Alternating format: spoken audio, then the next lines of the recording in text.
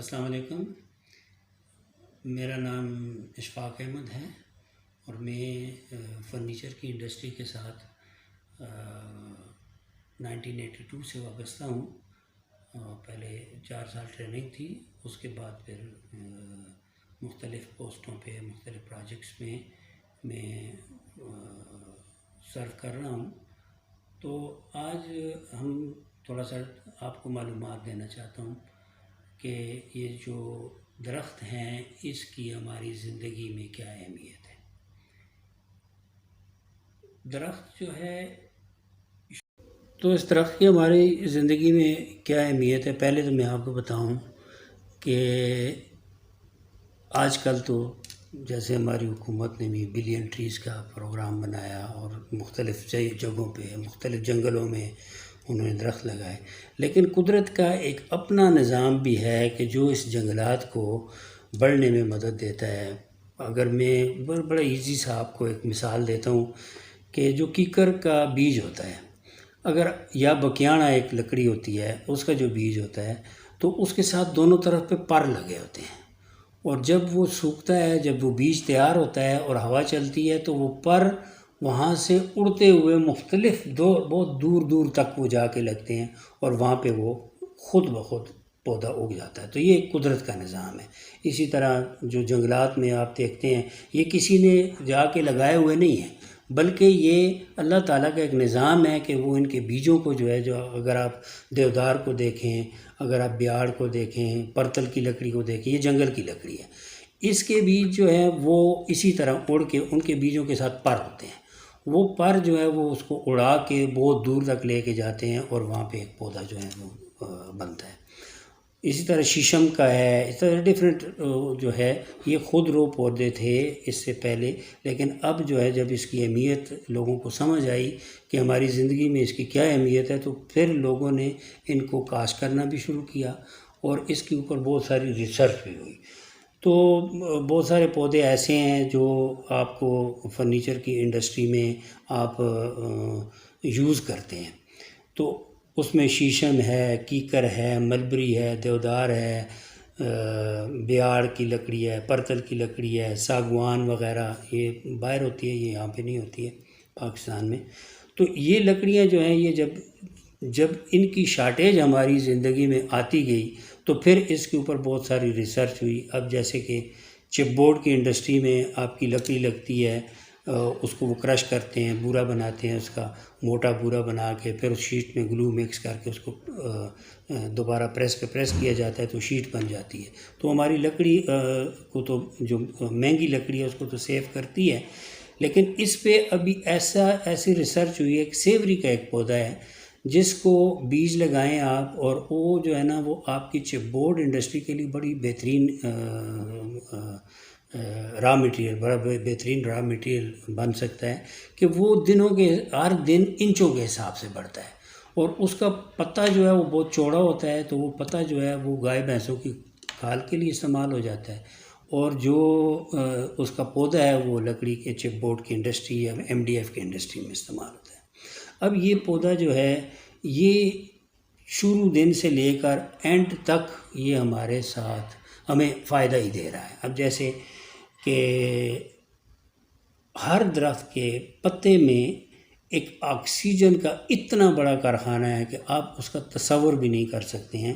اور اگر کوئی آکسیجن بنانے کا کوئی کارخانہ لگائے گا تو اس کے لیے اس کو بہت ساری مشینری، بہت ساری جگہ، بہت ساری چیزیں اس کو چاہیے ہوں گی. اور قدرت نے اس ایک پتے کے اندر یہ ساری چیزیں رکھی ہیں جو آپ کی کاربن ڈائی آکسائڈ کو ایبزارب کرتا ہے اور آپ کو آکسیجن مہیا کرتا ہے. یہ تو اس کا شروع سے انسانی زندگی میں اس کا اہمیت بڑھ جاتی ہے. پھر اس کے بعد جب وہ میچور ہوتا ہے، لیکن سایہ بھی دیتا ہے، بعض پھلدار پودے ہوتے ہیں وہ آپ کو پھل دیتے ہیں. لیکن چونکہ میرا تعلق فرنیچر سے ہے تو میں فرنیچر کے جب وہ میچور ہو جاتا ہے تو اس کو پھر فرنیچر کے لیے یوز کیا جاتا ہے. اور فرنیچر جیسے میں نے آپ کو بتایا کہ شیشم کی کرتوت، دیودار، بیاڑ ہے، پرتل ہے، ساگوان ہے، یہ لکڑیاں جو ہیں اس میں فرنیچر میں یوز ہوتی ہیں. تو شروع دن سے لے کر آخر تک جب یہ کٹ جاتا ہے اس کے بعد بھی اس کی اہمیت آپ کی زندگی میں ہے. آپ اس میں سے اپنی مرضی کی چیز، اپنی مرضی کا فرنیچر، اپنی مرضی کی تختے آپ بنا لیتے ہیں، ٹھیک ہے. اور جو ویسٹ ہو جاتا ہے وہ پھر کسی کے استعمال میں آ جاتا ہے. کوئی گھروں میں لوگ لے جاتے ہیں جہاں پہ گیس کی سہولت نہیں ہے. دوسری طرف اگر آپ دیکھیں تو اس کا بورا نکل جاتا ہے، وہ بھی گھروں میں یوز ہوتا ہے. ڈفرینٹ اس کا استعمال ہے. پولٹری فارم والے لے جاتے ہیں، اپنی مرغیوں کے نیچے اس کو ڈال لیتے ہیں، اور جب اس کی صفائی ہوتی ہے تو وہ آپ کے لیے کھاد کی صورت بن جاتی ہے. لیکن اس میں زیادہ جو ایلیمنٹ ہوتا ہے وہ اسی بورے کا ہوتا ہے. پھر اس سے جو ہے نا جو آپ نے اپنے کام کا مٹیریل کاٹ لیا تو پھر آپ اس سے فرنیچر بناتے ہیں ڈفرینٹ. یعنی ہماری شیشم کا فرنیچر جو ہے وہ دنیا میں بڑا پسند کیا جاتا ہے. اور جیسے یہاں پہ ہمارے تاکال میں ایک کلسٹر ہے، اور وہ لوگ یہ یوز کر رہے ہیں شیشم کی لکڑی، اور اس کو جو ہے نا وہ ایکسپورٹ کرتے ہیں. تو بہرحال یہ سارے تو فائدے اس لکڑی کے ہیں. پھر کچھ عرصے بعد ہمیں ایسا لگا کہ جی یہ لکڑی جو ہے نا یہ اب کم ہو رہی ہے. تو پھر گورنمنٹ نے جو ہے نا ایک تو جنگل میں جو لکڑی ہوتی ہے، دیودار ہے یا پرتل ہے یا بیاڑ کی لکڑی ہے، تو اس کو سیو کرنے کے لیے گورنمنٹ نے اجازت دی امپورٹڈ ووڈ کے لیے. تو امپورٹڈ ووڈ کینیڈا سے آتی ہے، اور آج کل اس سے دروازے بھی بن رہے ہیں، اس سے مختلف چیزیں بھی بن رہی ہیں، الماریاں، دروازے، جو کچھ بھی ہے. زیادہ تر جو عمارتی کام ہوتا ہے اس میں وہ امپورٹڈ لکڑی یوز ہو رہی ہے. اور جتنی وہ یوز ہو رہی ہے اسی کے حساب سے ہماری دیودار کی لکڑی، جو جنگلات کی لکڑی ہے، وہ سیف ہو رہی ہے. اسی طرح اب شیشم ہے، تو شیشم بھی بڑی کم ہو رہی ہے.